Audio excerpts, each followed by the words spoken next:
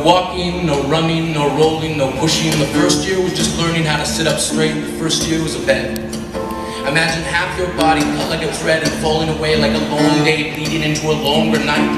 An endless twilight spent laying awake wondering if morning is ever going to come. The first year was darkness. An abyss so deep, how could anyone see past it? As if the mentality of I quit had somehow swallowed hope whole, we could not yet extol the virtues that his loss would bring us. We used to discuss disability as though something we should pity. Felt sympathy for what kind of life that would be.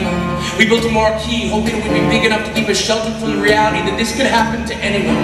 The first year was hope crushed up like old dry bones mixed in with cement to build headstones for the dying dreams of a 15-year-old boy. The first question must have been how? How do I come back from this? How do I dismiss uncertainty and motivate myself past doubt? How do I figure out how to move forward? To move toward yes when no is busy setting up detours and roadblocks. When stopwatches and clocks refuse to acknowledge timeouts. When the whereabouts of my destination cannot be found on any map because it exists only as an abstraction. I feel like fuel shot to the furthest of my mind just to keep me going. How does anyone stop themselves from throwing in the towel? You throw the towel away. When all the lights go out, you pay the power bill.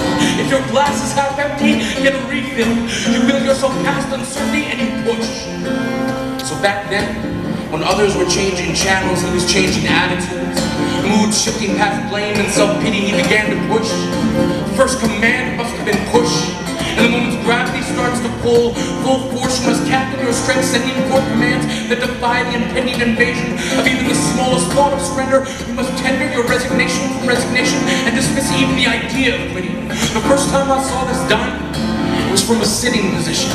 Again, he was changing attitudes, not his, our own. We began to atone for our past posturing. As the finish line began blurring, we realized during all of our doubt, we had hope. And it was given to us, a gift.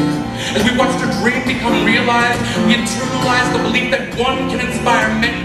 That any of us are capable of pushing past what holds us back. That the hardest battles are fought on the inside. And you must attack them with the heavy artillery of determination. A dream takes work.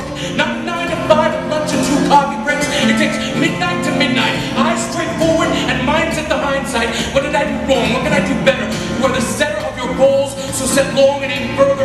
All the while remembering distance does to dreams what air does to fire. It feeds and fuels the strong, but extinguishes the weak. 25 years later, this moment exists as an antique display prominently in the cabinets of our minds. We remember the first year was a bed. Every year after was tire tread poured upon the pavement like ink drawing a long line away from the mentality of I quit, teaching us all it is the defeat of spirit that is worse than any injury. That how we approach the day says something of the way we hope to live.